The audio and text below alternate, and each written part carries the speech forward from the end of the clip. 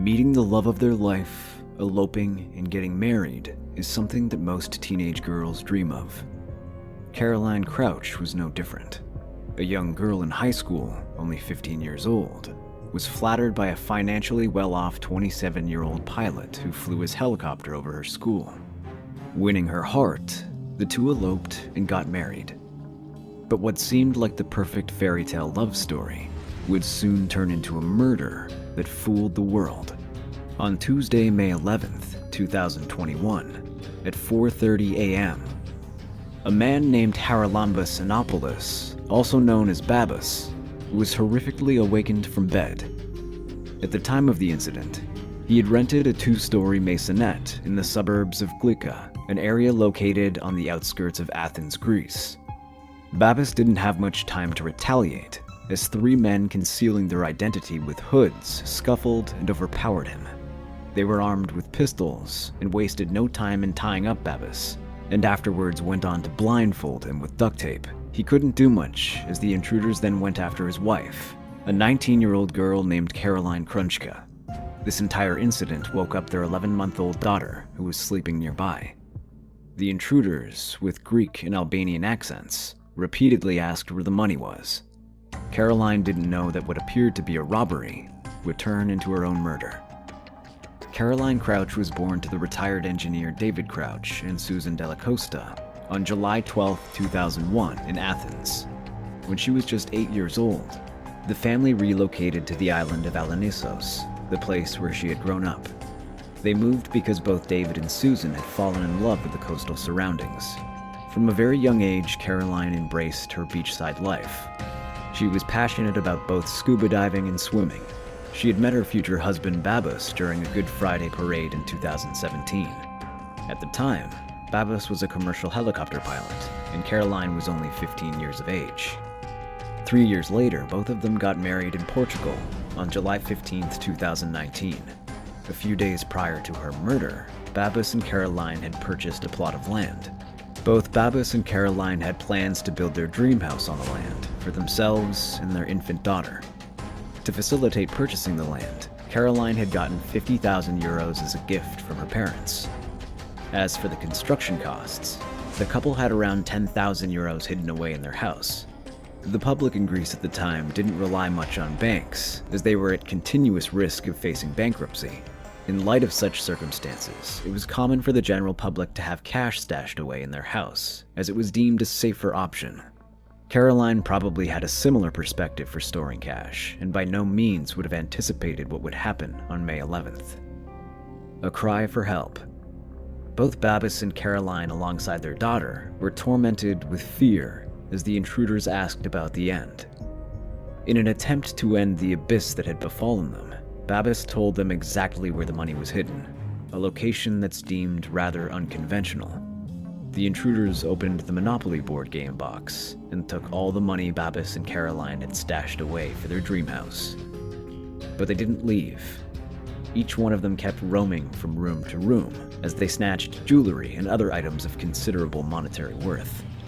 The looters wanted more, but Babas and Caroline had given up all they had and, in a desperation and fear, begged for their lives and that of their daughter. Babas could hear the screams of his wife as the intruders held a firearm against the 11-month-old infant. Although blindfolded, he fought continuously against the restraints. However, the rope around his neck was tightened to the extent that he kept fainting in and out of consciousness. He eventually fainted and then regained his senses after a while. Once conscious, he discovered that the men had left the house.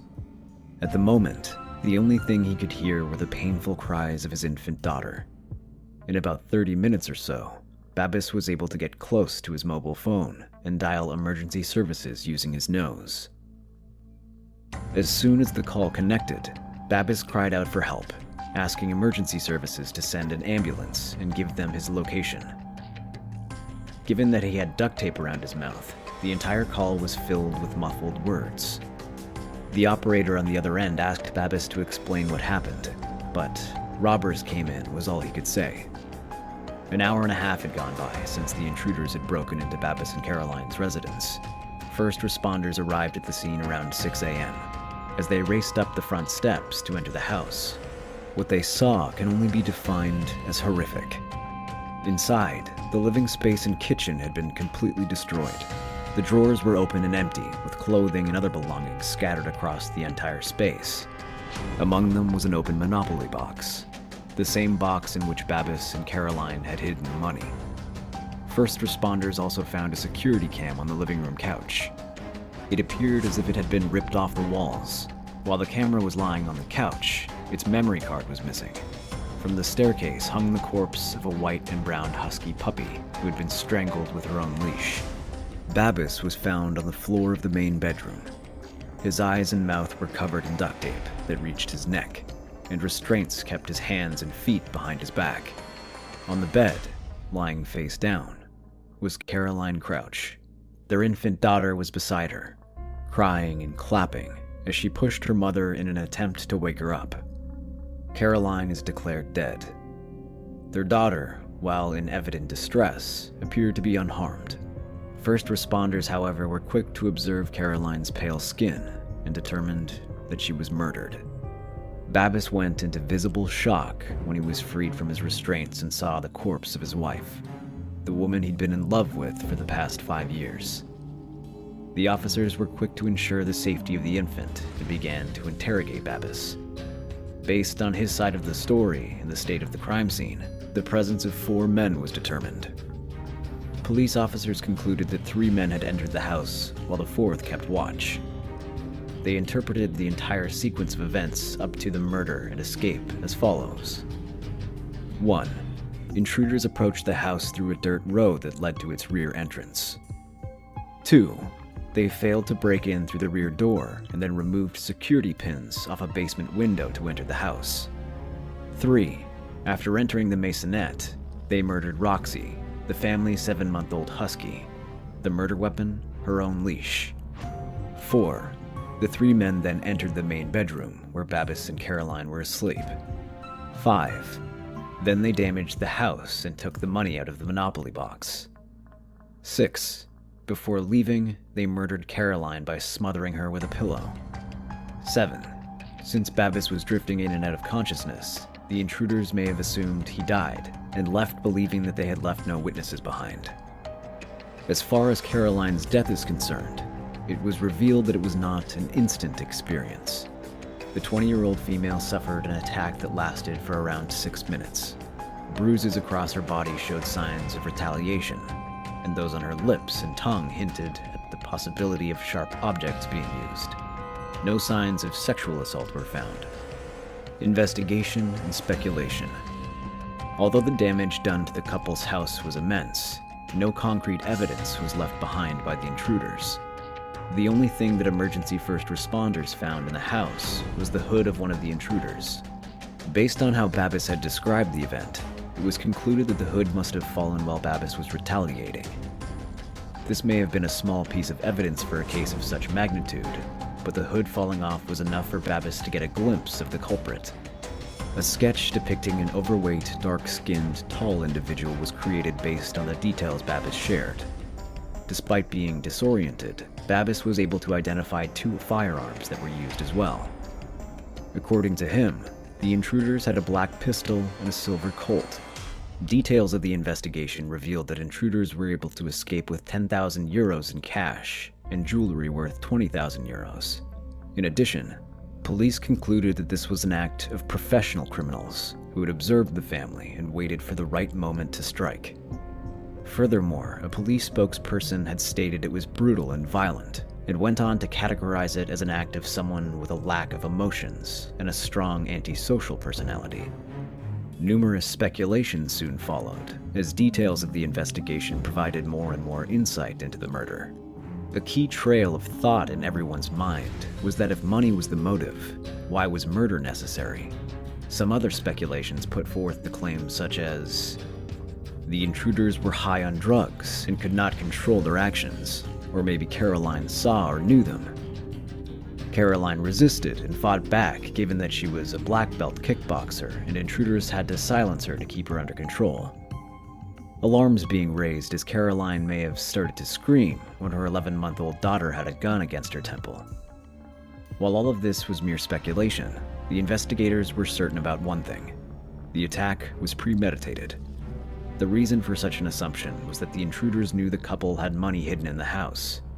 Based on this assumption, the police questioned Babis and Caroline's inner circle. They believed that the gang had been given a tip. Alongside these interrogations, security cam footage from homes and businesses in close proximity was also examined.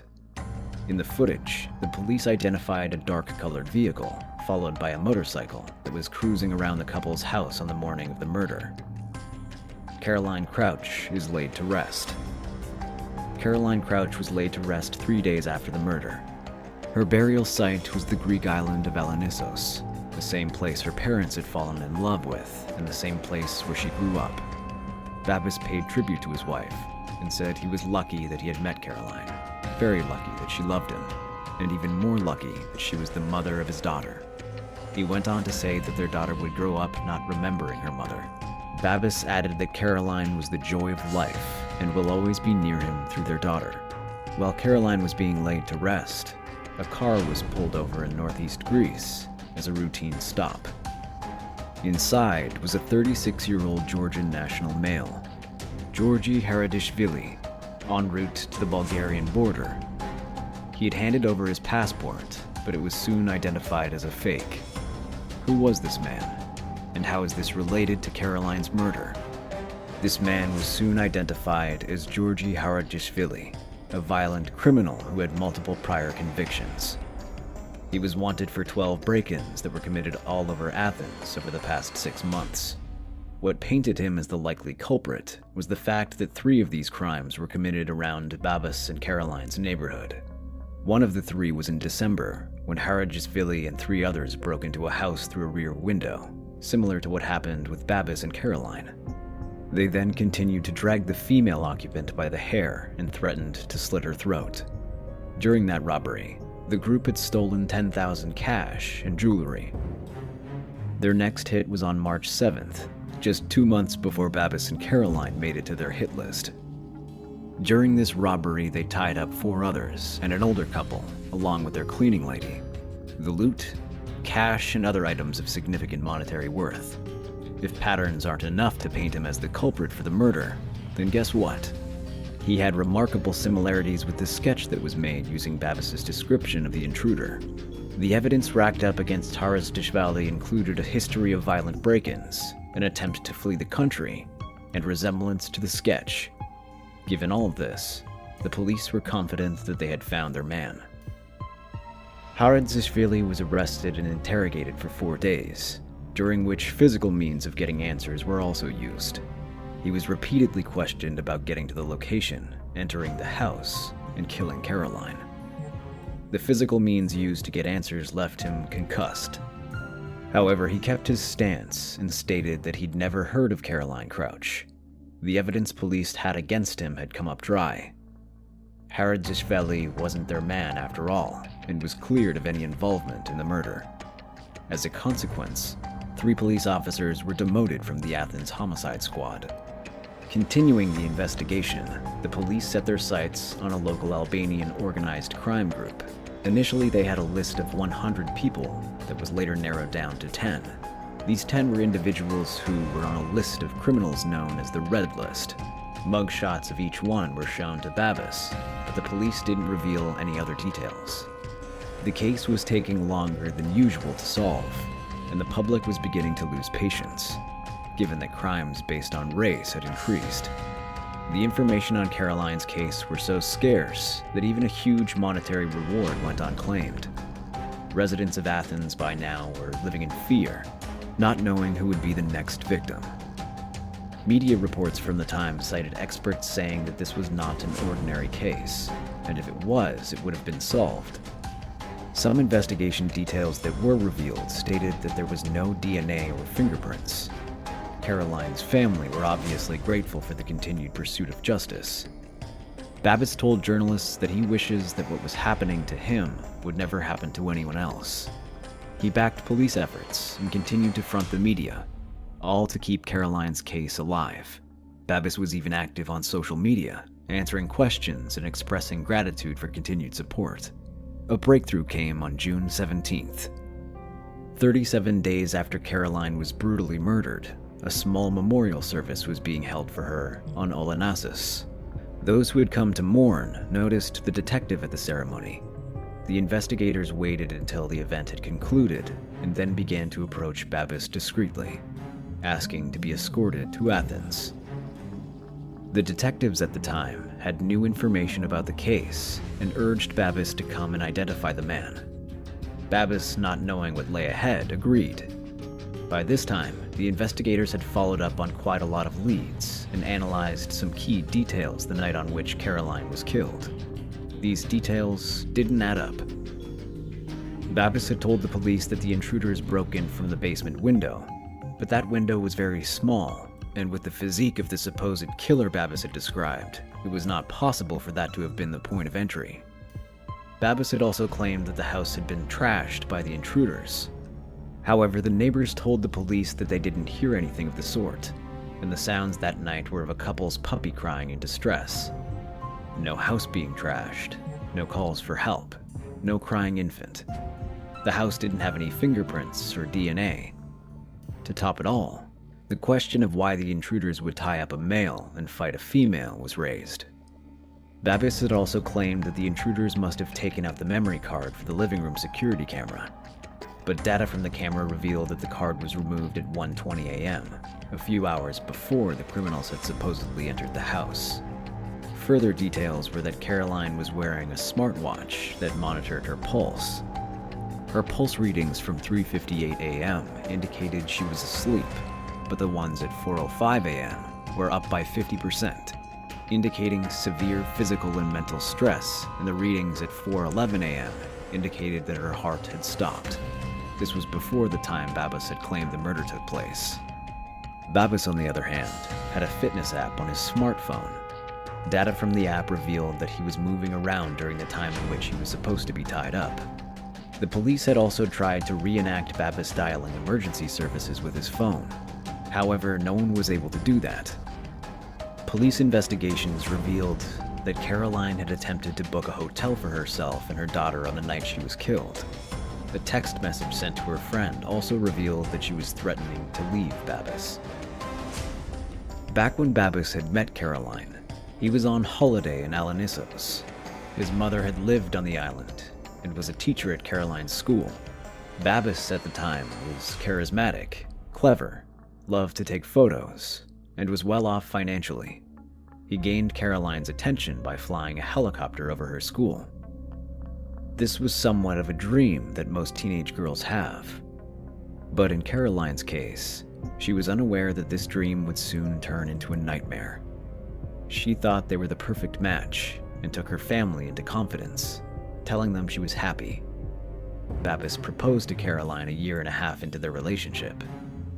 At the time of the proposal, Caroline was underage, but turned 18 3 days later. The couple exchanged vows and settled in Glycinera. In the initial years of their marriage, Caroline attended college in Athens, and Babis continued working as a pilot. Both of them were active on social media, sharing the happy life they were living. From their social media handles, the couple appeared to be in a joyful relationship filled with love and romance. The story in Caroline's diary belonged to completely different genres.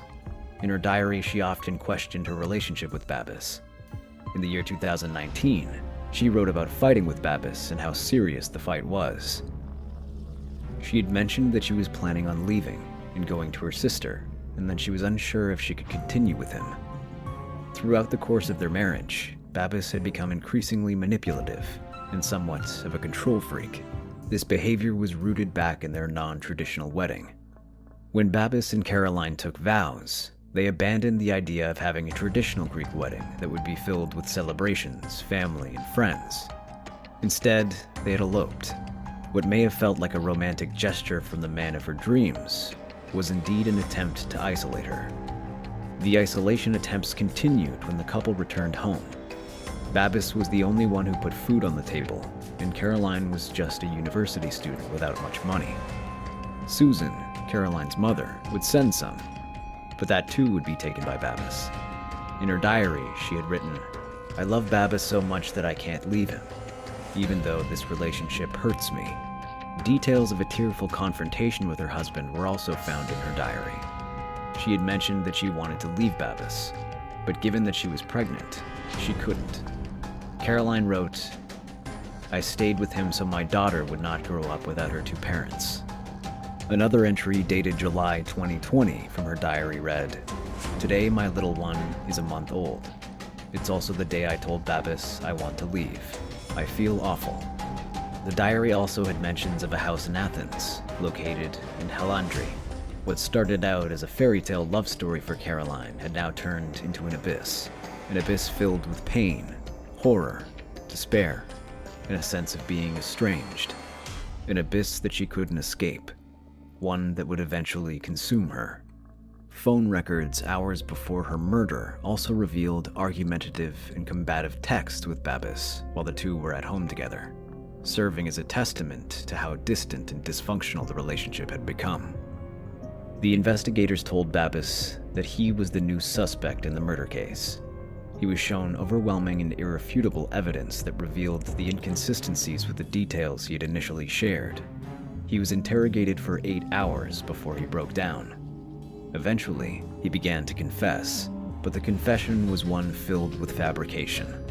He told the police that he and Caroline started arguing on May 10th, the night before she was killed.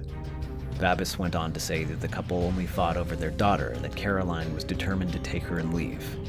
This had made Babis lose control, given that he claimed that the child was his whole life. Further details of the night from Babis were that Caroline had thrown the infant child in the cot and told him to leave the house. He mentioned that Caroline was the one who resorted to physical abuse and had pushed him and punched him. Babis added that because of this, his judgment became clouded. From this point onward, Babis lashed out, strangled her, pressed a pillow on her face using his complete body weight, and killed her. A cold-blooded murder in front of an 11-month-old child. He mentioned thinking about getting rid of the body, but knew that that would not be possible. Soon after, the thought of framing someone else came to mind. He staged a home invasion, and to make it look real, he even killed Roxy, placed his own child next to the corpse of his wife, and continued by tying himself up with some rope and duct tape. He mentioned that he deserved to be punished, and that he owed a big apology to everyone he'd hurt. While he believed that his actions were not justified, he tried to shift blame on Caroline, saying that he had become unstable and aggressive after the couple's one and only child. A child that would now have to grow up without her mother. A child who will never know who her mother was because she was brutally killed by the very man she once loved. The case was later dubbed the murder that fooled the world. Babis had become so confident about getting away with the murder that he didn't bother to destroy key evidence. In May 2022, he was charged and found guilty of premeditated murder, preventing the course of justice, lying to authorities, and animal abuse.